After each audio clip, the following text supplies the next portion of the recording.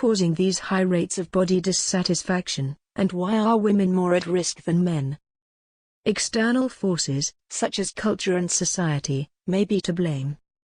One cause of body dissatisfaction in the US may be the sexual objectification of women, which is common in the media and considered normal in our daily interactions with other people. Sexual objectification is when a person is treated as an object or a thing for the sexual enjoyment of other people. Sexual objectification strips us of our personhood and humanity by disregarding our personality, feelings, agency, individuality, and need for respect and care. It reduces our worth to how much the physical appearance of our body can be enjoyed by the people looking at us. Although anyone can be objectified, it is more often directed toward women than men. This is because we live in a male-dominated, patriarchal society where men play the role of the objectifier, making women the objects of their gaze. Sexual objectification often occurs within the media. For example, advertisements often feature fragmented images of a model's body, such as her chest or her legs, to sell a product. It also occurs in interactions with other people, such as through leering, catcalls, unwanted comments about our physical appearance, and more. Objectification theory describes the harmful consequences of living in a culture of sexual objectification and how these consequences progress over time.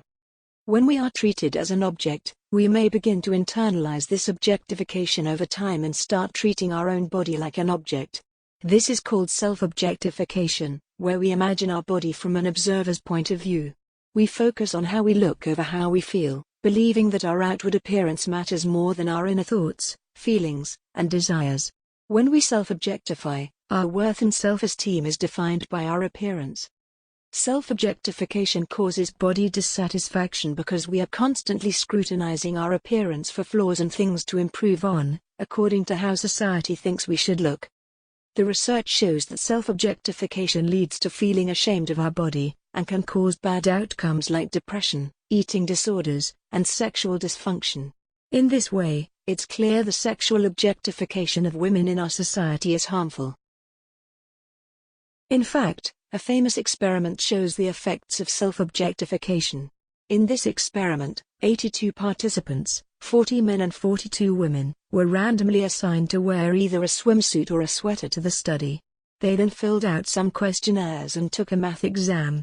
The researchers analyzed the participants' responses and scores on the math exam to see if wearing either a swimsuit or a sweater would affect their performance. And indeed, it did, but only for women.